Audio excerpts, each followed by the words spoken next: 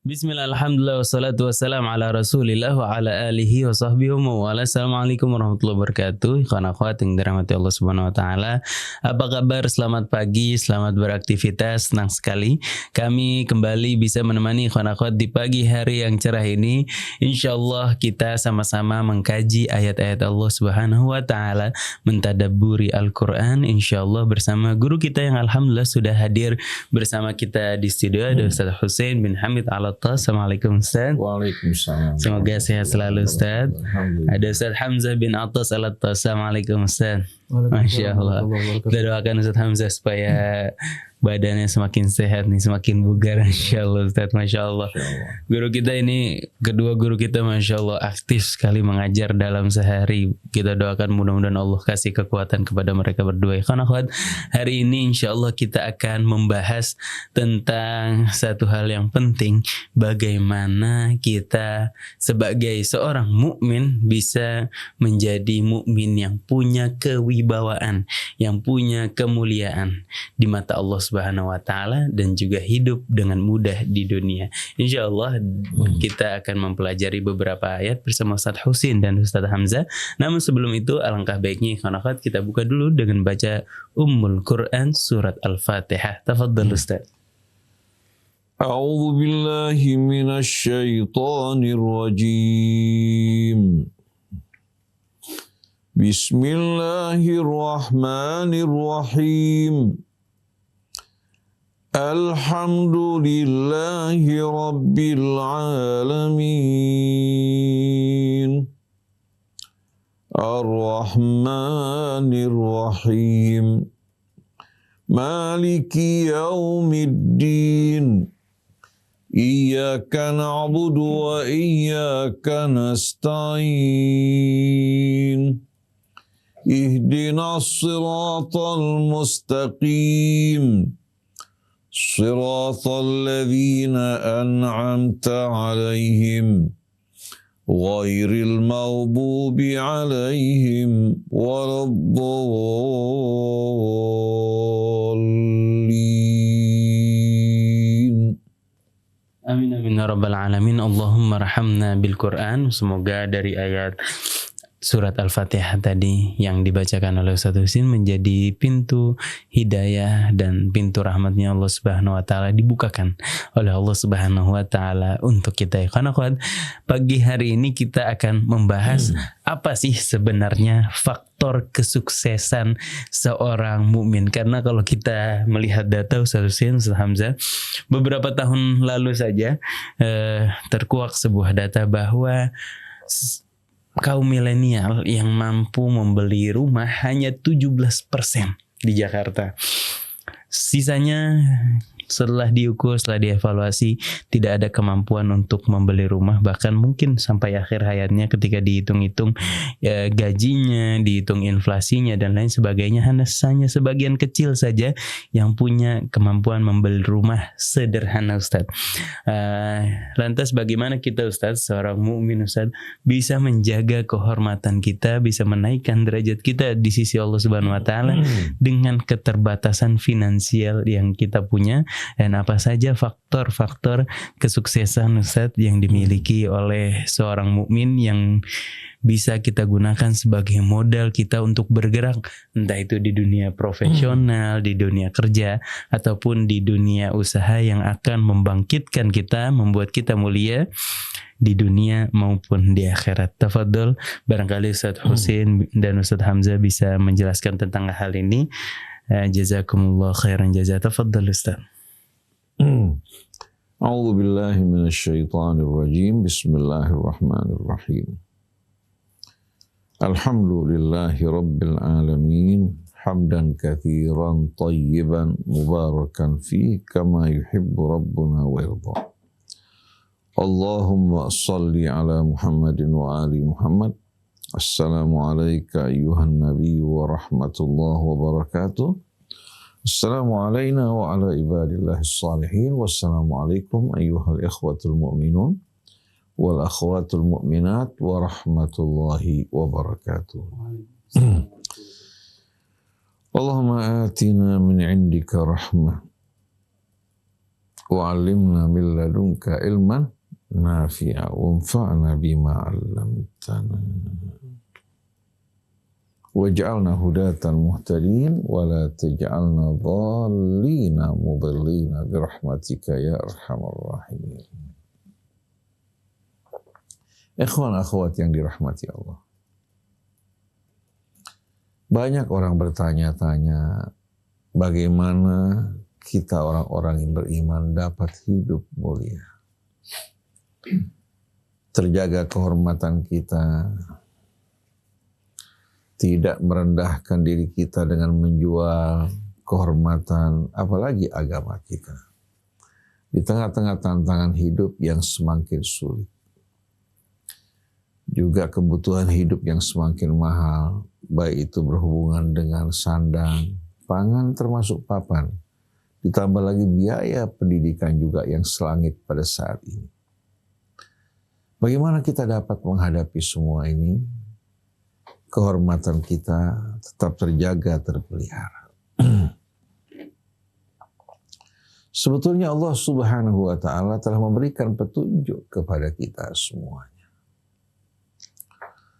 Ketika satu hari orang-orang munafik berbicara di antara mereka satu dengan lainnya. Mereka mengatakan jangan berikan bantuan, jangan berikan nafkah bagi orang-orang yang berada di sekeliling Muhammad. Itu Nabi kita Muhammad sallallahu alaihi wasallam. Mereka mengatakan la tunfiqu ala man inda Rasulillahi hatta yanfaddu. Jangan kalian berikan nafkah pada orang-orang yang berada di sekeliling Rasulullah hingga mereka akhirnya bubar karena kesulitan hidup. Dijawab oleh Allah Subhanahu wa Ta'ala, walillahil izzatu walirasulihi walil mu'minina walillahi khazainus samawati wal ard walakinnal munafiqina la ya'lamun.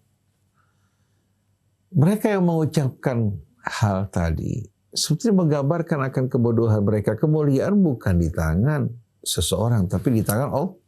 Allah menjawab, walillahi khazainus samawati wal ard. Seluruh kekayaan langit dan bumi ada di tangan Allah. Walillahi khazainus samawati wal ardi walakinnal munafiqina la ya'lamun. Tapi orang-orang munafik tidak mengetahui hal ini. Orang-orang munafik, demikian pula orang-orang kafir beranggapan mereka orang-orang yang mulia. Sedangkan orang-orang yang beriman, apalagi kalangan mustad'afin yang lemah, mereka anggap sebagai orang-orang rendahan.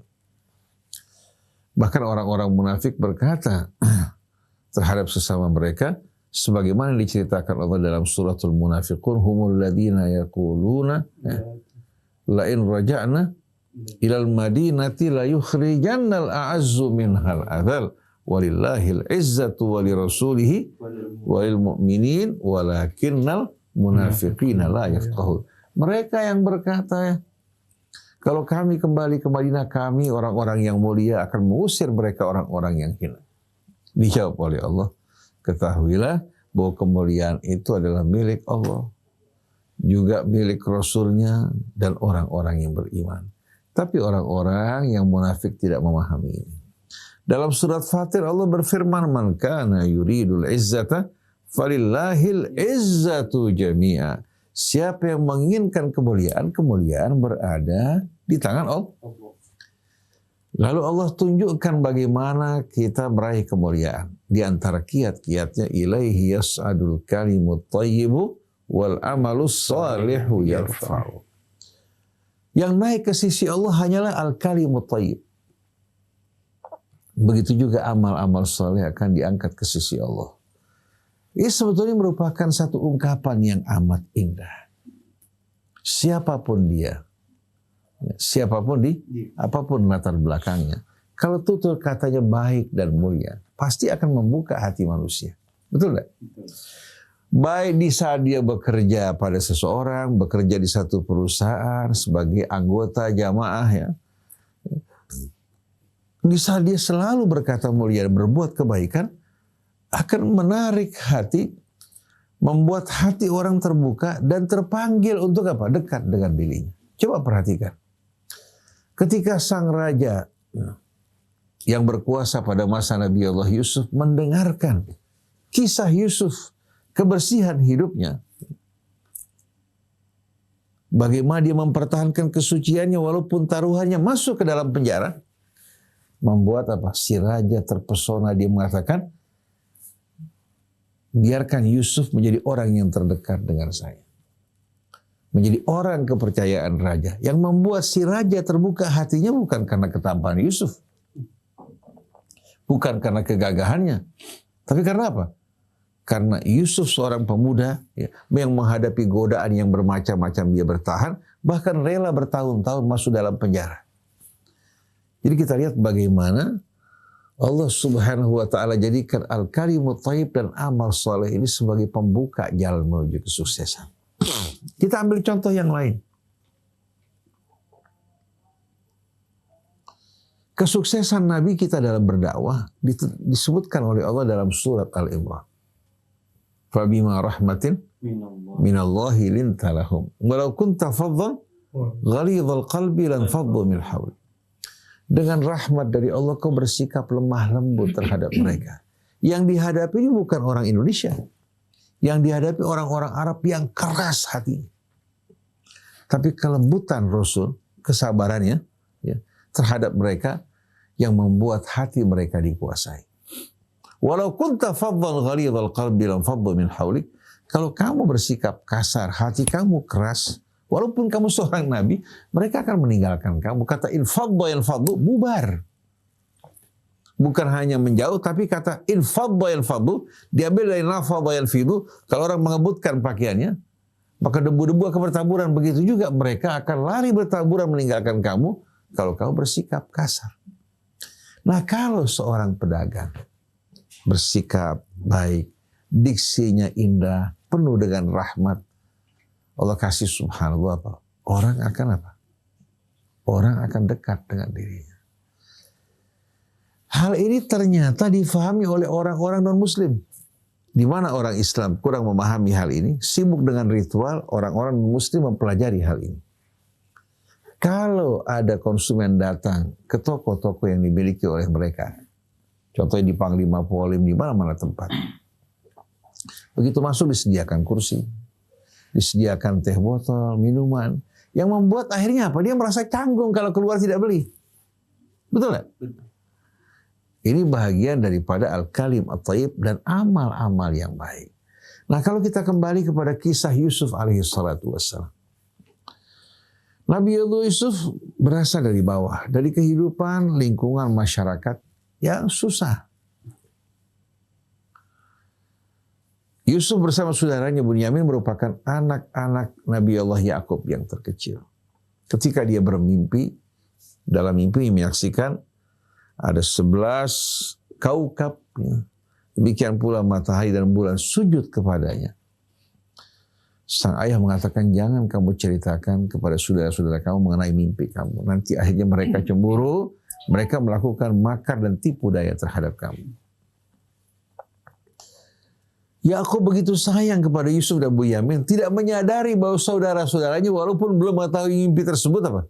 Mereka sudah cemburu pada Yusuf. La Yusufu ahabbu ila abina minna wa nahnu usbah inna abana la fi dhalalin mubin.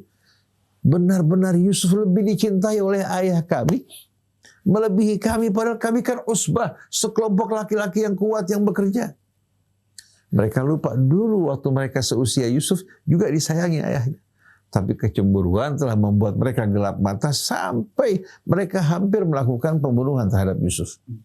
Tapi saudara mereka yang berakal mengatakan, jangan kalian bunuh Yusuf, la taqtulu Yusuf.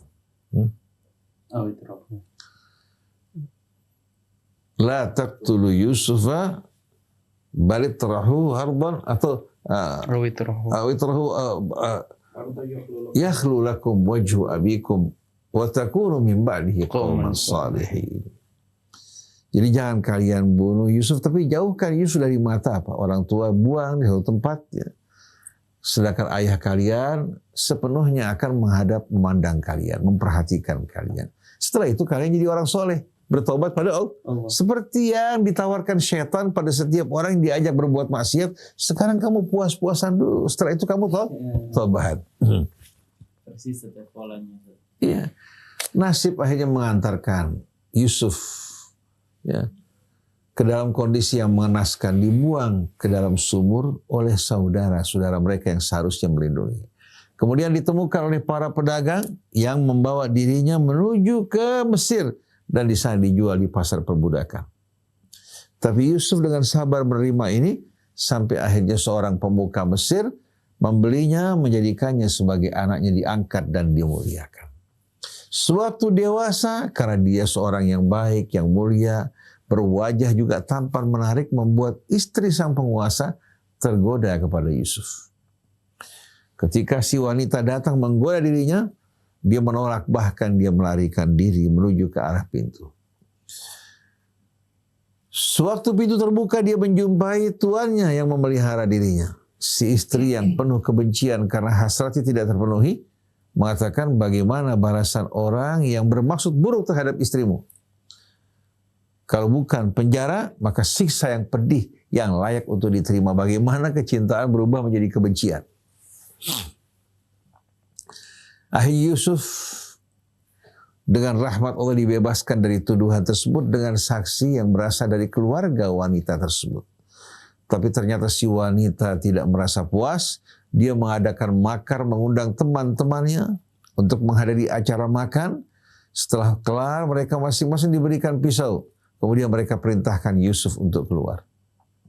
Begitu Yusuf keluar, membuat mereka terpesona, mengiris jari mereka. Akhirnya tadinya hanya satu yang berhasrat terhadap Yusuf. Sekarang wanita tersebut bersama teman-temannya ternyata berminat terhadap Yusuf. Akhirnya mereka mengatakan, kalau kamu tidak menuruti kami, kami akan bersaksi ya, terhadap kamu. Bahwa kamu bermaksud tidak baik terhadap kami.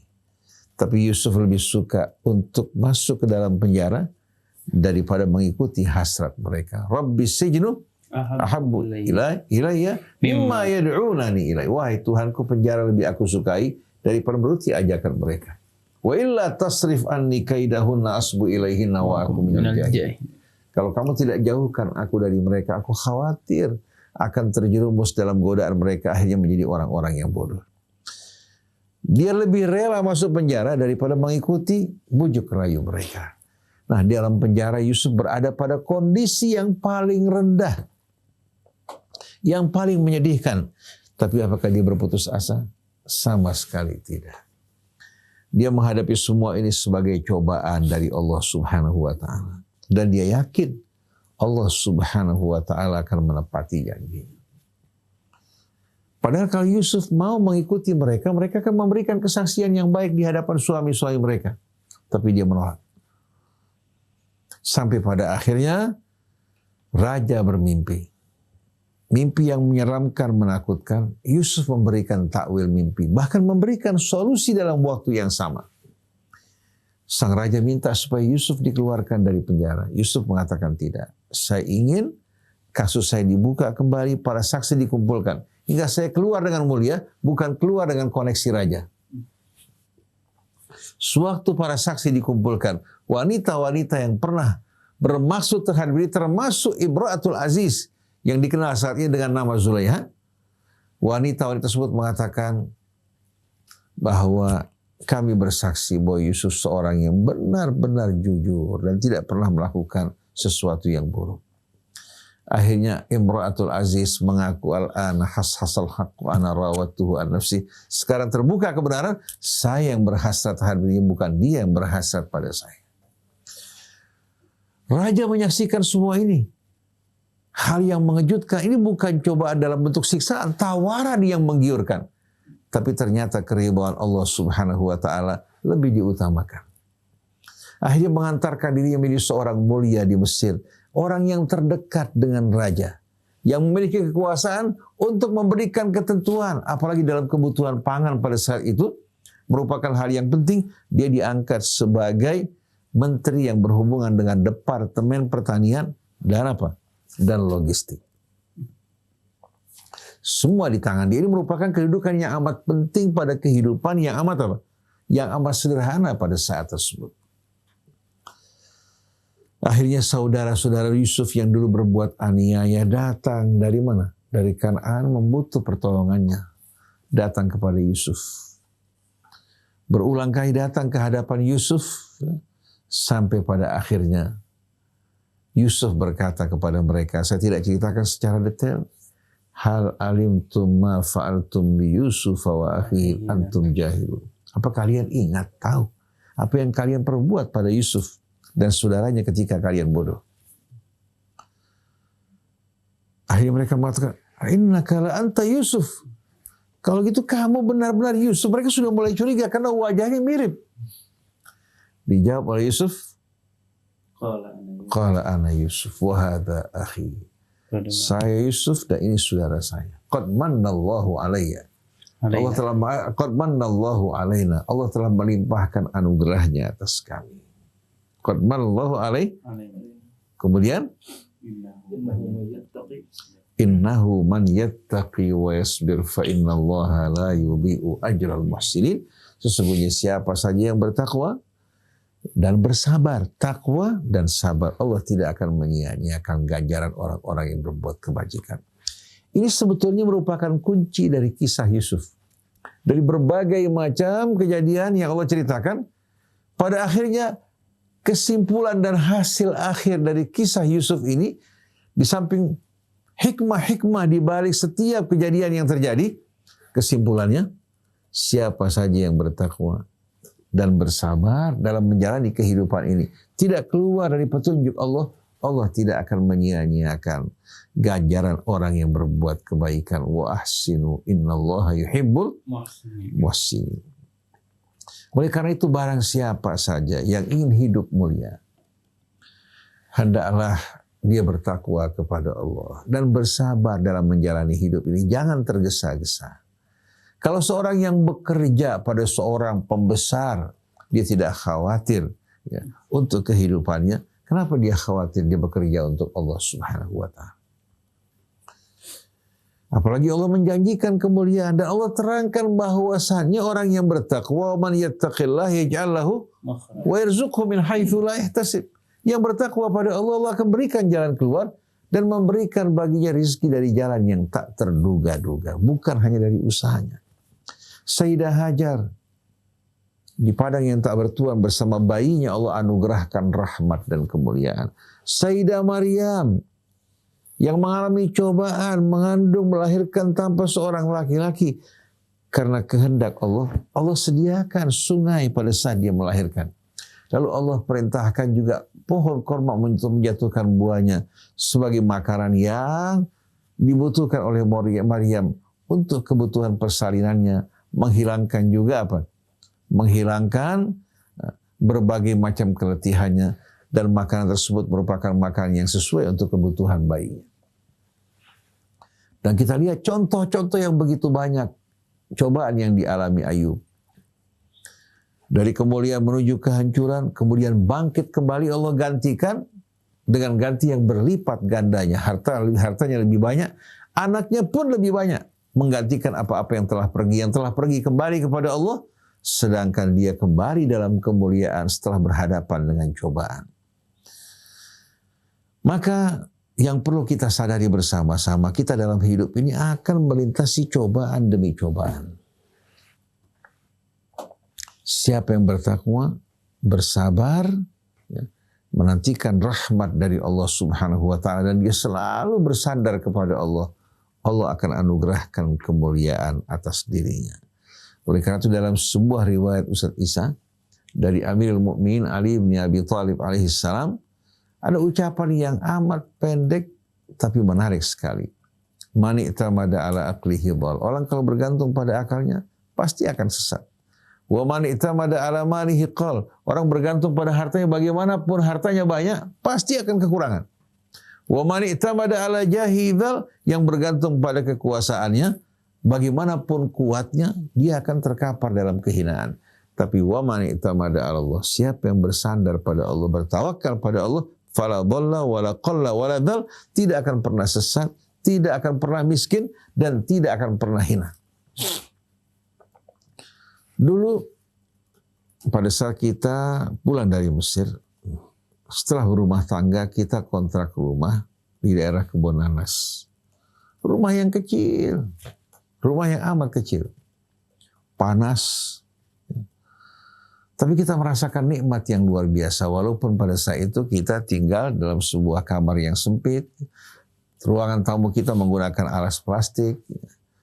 Dan kalau seandainya hujan lebat turun, kita susah untuk keluar. Karena apa? Jalan tertutup oleh luapan air sungai. Bukan sungai yang bersih, tapi sungai yang kotor.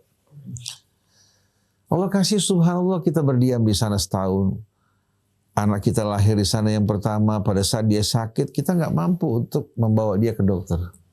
Sakit tidak mampu membawa ke dokter. Pada saat dia demam tinggi. Paling kita hanya berdoa pada Allah. Ada keluarga yang datang membantu kita membawa anak kita menuju ke rumah sakit. Tahun kemudian kita pindah ke rumah yang lebih besar sedikit. Di depannya ada kuburan. Sampai orang mengatakan, apa kamu nggak takut? Kamu akan terkena penyakit, terkena ini karena tinggal di kuburan. Yang hidup nggak bisa menyakiti kita, apalagi yang mati. Allah kasih, subhanallah. Setelah itu dengan rahmat Allah, kalau kita mau berhitung pakai akal sehat, mustahil kita bisa punya rumah. Tahu-tahu Allah kasih, ada yang menawarkan buat kita tanah dengan harga yang murah. Kemudian ada juga yang menawarkan pinjaman untuk membangun rumah. Allah kasih, subhanallah, hanya dalam 3 bulan rumah selesai. Di perjalanan kita bisa membayar harga tanah tersebut. Di perjalanan kita bisa membayar biaya rumah tersebut dengan rahmat dari Allah Subhanahu wa Ta'ala. Bukan saya mengatakan saya orang yang bertakwa, tidak. Jauh dari gambaran orang yang bertakwa. Nah, kalau saya aja yang jauh dari ketakwaan Allah mudahkan, apalagi orang-orang yang betul-betul bertakwa, bersabar di jalan Allah. Yang penting jangan pernah kita tergesa-gesa karena ingin meraih kemuliaan, mengikuti bujuk rayu syaitan yang berakhir menjerumuskan kita ke dalam jurang kehinaan dan penyesalan. Jadi kalau Ustaz Isa mengatakan bahwa dari laporan akhir sekian banyak pemuda-pemudi kita yang bekerja, yang berumah tangga, kebanyakan dari mereka mengontrak rumah yang sempit bersama anak mereka. Bertambah anak mereka, bertambah beban hidup mereka. Tapi kalau berpikir untuk punya rumah merupakan satu hal yang jauh. Kalau seandainya mereka ingin kredit, gaji tidak memadai. Kalau seandainya ingin mendapatkan rumah murah, harus pergi ke daerah yang jauh. Nah, untuk menuju pekerjaannya membutuhkan waktu berjam-jam.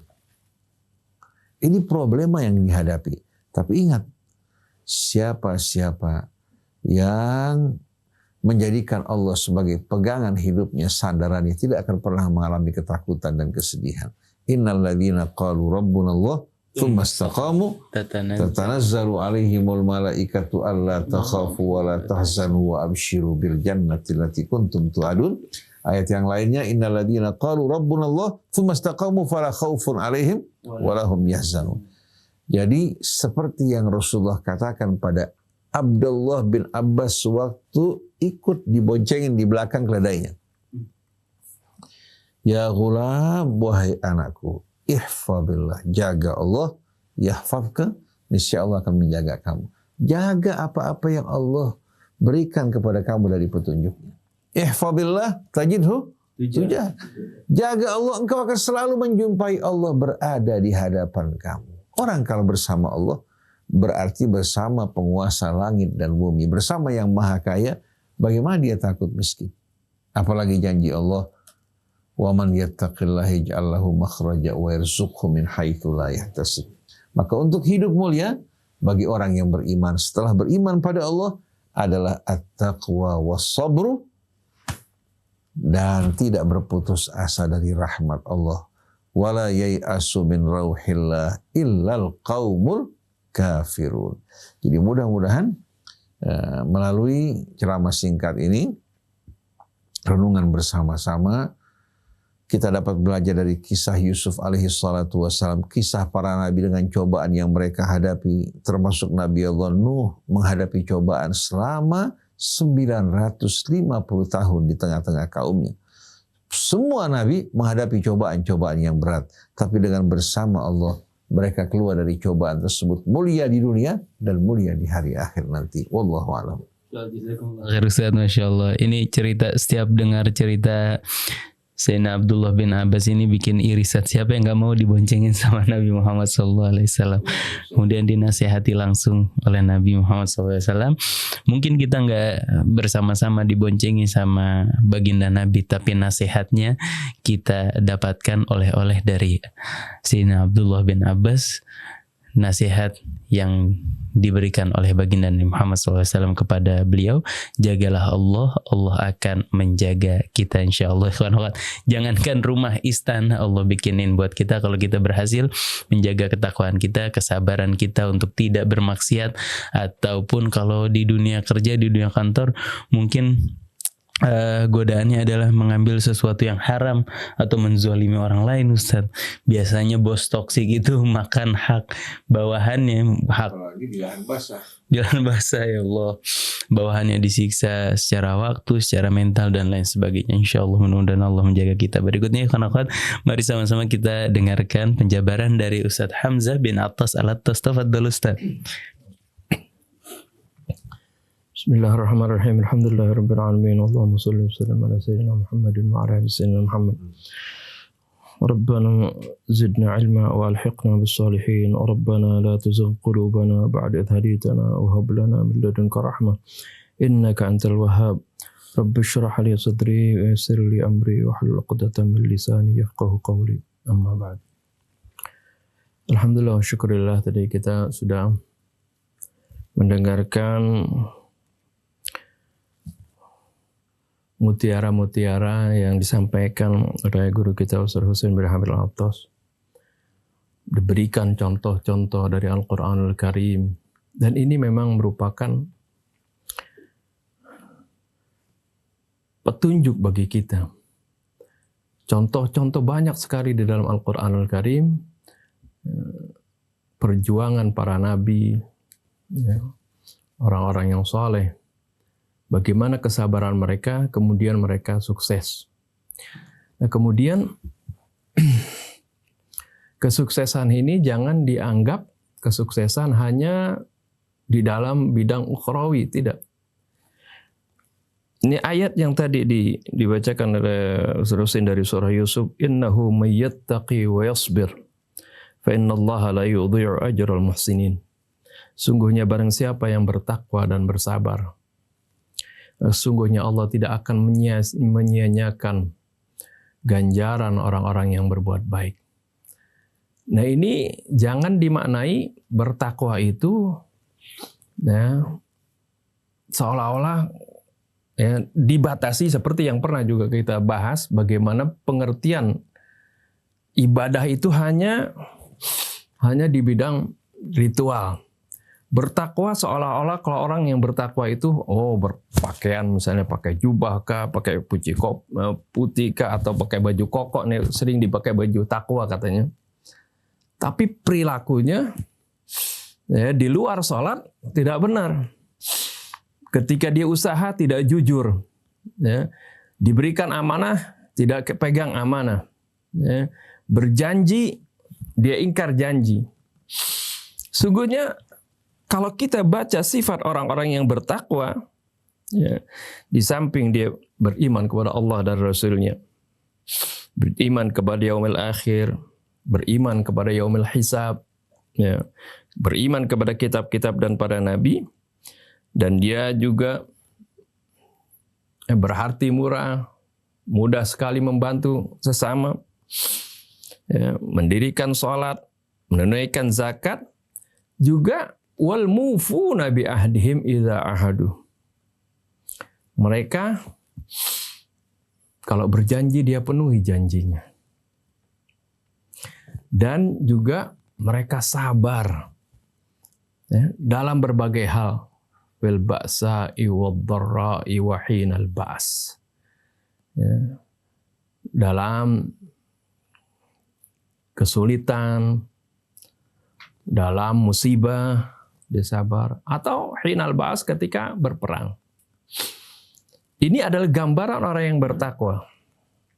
Jadi apa yang dikatakan oleh Nabi Allah Yusuf alaihissalam yang kemudian diabadikan di dalam Al-Quranul Karim, Innahu may yattaqi wa yasbir fa innallaha la yudhi'u ajral muhsinin. Sungguhnya barang siapa yang bertakwa ya dan bersabar, Allah tidak akan sia-siakan ganjaran orang yang berbuat baik. Ini adalah artinya kunci menjadi sukses itu bukan hanya dalam hal ukhrawi, tapi juga ini bisa menjadi sukses dalam hal duniawi tadi.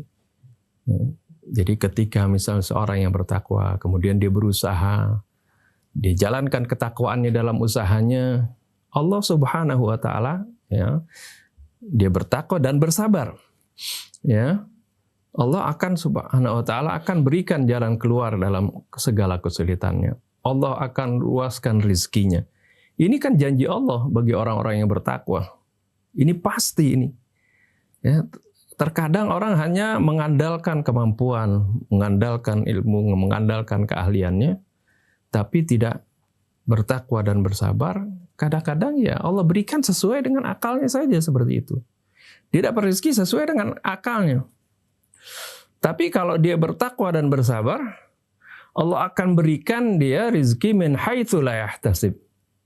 Yarzuqhu min haitsu la yahtasib. Dia mendapatkan rezeki yang dia tidak sangka-sangka. Dan ingat juga Allah Subhanahu wa taala informasikan kepada kita bagaimana kunci kesuksesan di dalam surah Al-Baqarah ayat 45 maupun Al-Baqarah 153. Dan ini menjadi di ayat-ayat yang lain juga ditekankan tentang bagaimana kesabaran itu. Allah bilang wasta'inu bis-sabri was-shalah. Minta pertolonganlah kalian diiringi dengan kesabaran dan juga shalah, dengan salat. Arti dengan ketakwaan kita tadi sebenarnya di dalam ketakwaan itu udah mengandung kesabaran. Tapi Allah Subhanahu wa taala kembali tekankan lagi. Innahu may yattaqi wa yasbir.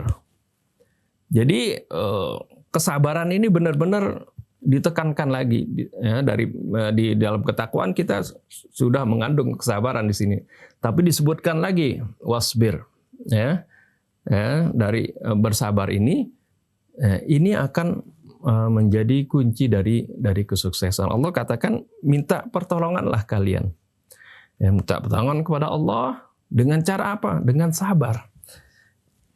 Apa itu arti sabar?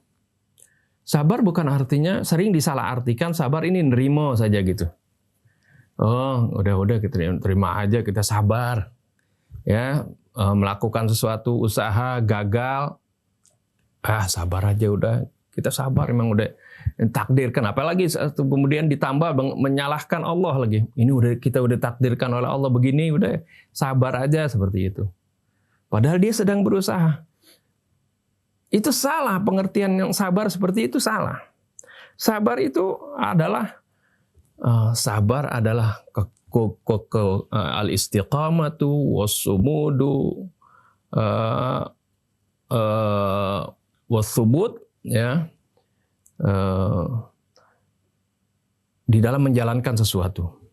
Sabar itu artinya dia tangguh, dia istiqomah, dia ulet ya di dalam apa yang diupayakannya. Dalam berbagai hal, apakah dia sabar ketika dia nuntut ilmu, ya jangan nggak bisa sekali, jangan udahlah, udah ditakdiran saya bodoh kali, nggak bisa nih, udah dia nyerah gitu. Itu bukan sabar. Ya. Orang sabar itu artinya ulet, istiqomah, dia teguh, ya, terus menjalankan apa yang dia kerjakan itu namanya sabar. Contohnya sering saya kasih contoh, ya, ini Allah gambarkan bagaimana kesabaran Allah memang sudah tanamkan bagi balita yang baru mau, ya, anak yang baru mau berjalan. Kalau enggak Allah tidak tanamkan kesabaran, anak ini, ya, ketika dia baru berdiri mau jalan jatuh, udah nangis sakit, Andai kata nggak Allah berikan kesabaran pada dirinya, ini karena masih kecil, Allah Subhanahu Wa Taala sudah tanamkan secara fitri. Jadi nggak bisa jalan, udah sakit nggak mau bangun lagi, nggak mau jalan. Tapi karena dia memiliki ini kesabaran, dia jatuh, dia bangun lagi, jatuh lagi, dia bangun lagi, akhirnya sampai bisa jalan. Begitu juga kalau kita belajar, misalnya belajar sepeda, baru belajar sekali misalnya jatuh, besut. Udah nggak mau belajar sepeda. Nah, emang saya udah ditakdirin kalau nggak bisa ini. Dia nggak belajar lagi, ya nggak bisa. Tapi kalau dia berusaha lagi, dia akan. Itu contoh kesabaran. Jadi ulet, tangguh dan terus istiqamah. Itu adalah contoh kesabaran. Dan ini yang sabar arti gigih seperti itu. Berapa banyak kita dengar orang-orang yang sukses itu dalam usahanya, gagalnya nggak sekali dua kali, dia gagal berkali-kali kemudian, tapi dia tangguh, di akhirnya sukses. Inilah yang Allah Subhanahu Wa Taala sebutkan, wasta'inu bis sabri wassalah. Jadi bukan hanya dengan sabar, di sini juga harus mohon kepada Allah. Jangan ngandelin kemampuan diri kita saja, tapi juga kita harus memohon pertolongan kepada Allah Subhanahu Wa Taala. As-salah ini yaitu dengan kita sholat, atau dengan makna sholat yaitu bermakna doa, arti memohon pertolongan dari Allah Subhanahu Wa Taala. Jadi dengan bekal ketakwaan tadi, sabaran, dan juga senantiasa memohon kepada Allah, bantuan dari Allah Subhanahu Wa Taala, insya Allah kita akan mencapai segala apa yang kita harapkan dengan bantuan Allah Subhanahu Wa Taala. Allah. Memang kesabaran ini dibutuhkan dalam menjalankan ketakwaan ya Ustaz, karena dalam menjalankan ketakwaan pasti ada ujian, ada cobaan Ustaz ya. Kesabaran untuk bisa istiqomah barangkali Ustaz. Kesabaran terhadap godaan Ustaz. Kita ambil contoh ya. Sahabat-sahabat Nabi yang berhijrah ke Madinah. Tadinya mereka orang terkemuka di Mekah. Artinya di luar bilang. Ya.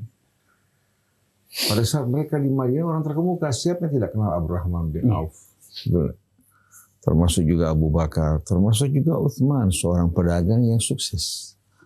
Tapi meninggalkan kota Mekah dengan meninggalkan juga apa-apa yang pernah mereka miliki.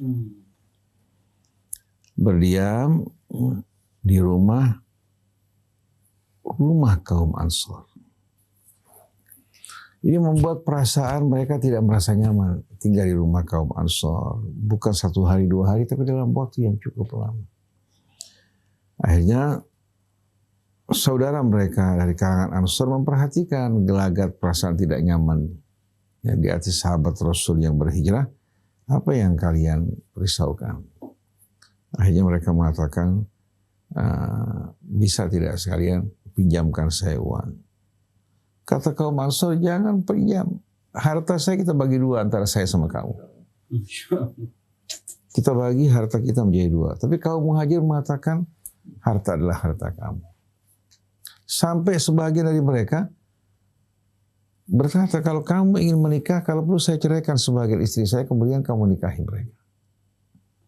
Sama sekali, keluarga kamu, harta-harta kamu, pinjamkan saya uang, tunjukkan saya pasar. Dari mulai pertama mereka bersikap terhormat yang luar biasa. Kaum Ansor juga penuh kecintaan. Mulai berdagang di pasar, sedikit demi sedikit. Di kemudian hari Abdurrahman bin Auf menjadi orang yang terkaya. Begitu juga Zubair ibn Awam dikenal sebagai orang kaya. Begitu pula Talha bin Ubaidillah. Sampai dikenal ya. Pada saat mereka memecah emas, mereka dengan menggunakan kampak. Balokan-balokan emas yang mereka pecahkan. Artinya mereka bekerja, berjuang, bertakwa, dan bersabar. Allah anugerahkan buat mereka. Padahal mereka kehilangan segala-galanya. Jadi jangan pernah kita berputus asa dalam hidup ini. Orang-orang yang dilahirkan ya, di tengah-tengah rumah kaca, makan dari sendok emas, piring perak, belum tentu memiliki daya tahan dan menghadapi cobaan. Tapi yang pernah menghadapi ujian ditempa dengan cobaan dan dia bertakwa, bersabar, Allah jamin kesuksesan buat dia. Oleh karena itu, antara syarat yang Allah ajukan bertakwa dengan janji Allah kemudahan dan rezeki itu merupakan hal yang tidak akan diingkari oleh Allah. Jadi memang seperti yang Isa bilang tadi,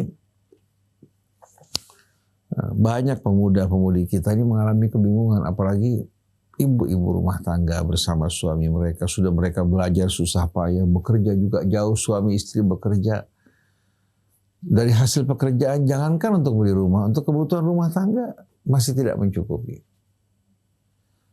Mereka bertanya-tanya dari mana kita akan dapat untuk betul-betul memiliki tempat tinggal dan jaminan hidup yang lebih baik. Tapi yang bersabar dari mereka yang tadinya harus gelantungan di mobil, bekerja dengan berat, tahu tidak lama kemudian Allah berikan jalan keluar min haitsu la yahtasib. Betul tidak? Tahu-tahu bisa punya rumah, punya usaha, punya kendaraan. Dari kendaraan biasa sampai kendaraan yang lebih baik lagi buat mereka. Kalau mau difikirkan, mustahil mereka akan mampu untuk membeli rumah. Termasuk kita, tinggal di pinggir kali. Kita pada saat itu dalam kondisi ngontrak. Ya. Kita berpikir, kapan kita akan bisa punya rumah? Dengan apa? Dengan bekal yang amat sedikit pada saat tersebut. Bahkan untuk makan saja kita terkadang mengalami kekurangan. Tapi rahmat Allah subhanahu wa ta'ala jangan diukur dengan akal kita dan hitungan kita. Rahmat Allah wasi'at kulla syai' fasa'aktubuha lilladzina yattaqun wa yu'tuna az-zakata wa hum bil akhirati yuqinun. Fasa'aktubuha lilladzina yu'tuna lilladzina yattaqun. Kemudian wa rahmati wasi'at kulla syai'in fasa'aktubuha lilladzina yattaqun wa yu'tuna az-zakah. Kemudian wahum bil akhirati yuqinun. Maka aku akan tuliskan rahmatku. Rahmatku meliputi segala sesuatu. Tapi yang akan menerima, yang aku jamin menerima rahmatku adalah orang yang bertakwa pada Allah. Mereka mau mengeluarkan zakat harta mereka. Dan terakhir beriman kepada ayat-ayat kami. Beriman kepada hari akhir. Ini merupakan janji Allah subhanahu wa ta'ala. Maka la takhaf wa la tahzan innallaha ma'ana. Jangan kamu batasi Allah kekuasaannya dengan akal kamu. Ketahuilah Allah subhanahu wa ta'ala dialah penguasa langit dan bumi. Idza arada syai'an an yaqula lahu kun. Maka hidup kita luas dan sempit tergantung bagaimana hubungan kita, hati kita dengan Allah. Apabila kita dekat dengan Allah, Allah lapangkan hidup kita, menjauh dari Allah, niscaya juga kita akan jauh dari rahmat Allah subhanahu wa ta'ala. Ya ayyuhan nas antumul fuqara'u ilallah wallahu wal ghaniyul hamid. Wahai manusia, kalian yang butuh pada Allah, sedangkan Allah maha kaya tidak butuh kepada kalian. Jadi mudah-mudahan semua ini merupakan cahaya di tengah-tengah kegelapan hidup kita, bergantung bersandar pada Allah. Dan itu merupakan hal yang saya rasakan sendiri. Saya bersama Ustadz Hamzah tinggal di pesantren. Pesantren yang amat sederhana. Belum terdapat listrik, kita masih menggunakan lampu semprong. Makanan pun amat sederhana. Jarang kita makan daging. Kalau pada saat itu kita berpikir tentang apa yang kita dapatkan saat ini, mustahil. Mustahil. Bahkan saya ingat pada tahun 78 sebelum saya berangkat ke Mesir, seorang ibu bilang, Sen, kalau setiap bulan punya uang 10.000, ibu kawinin kamu.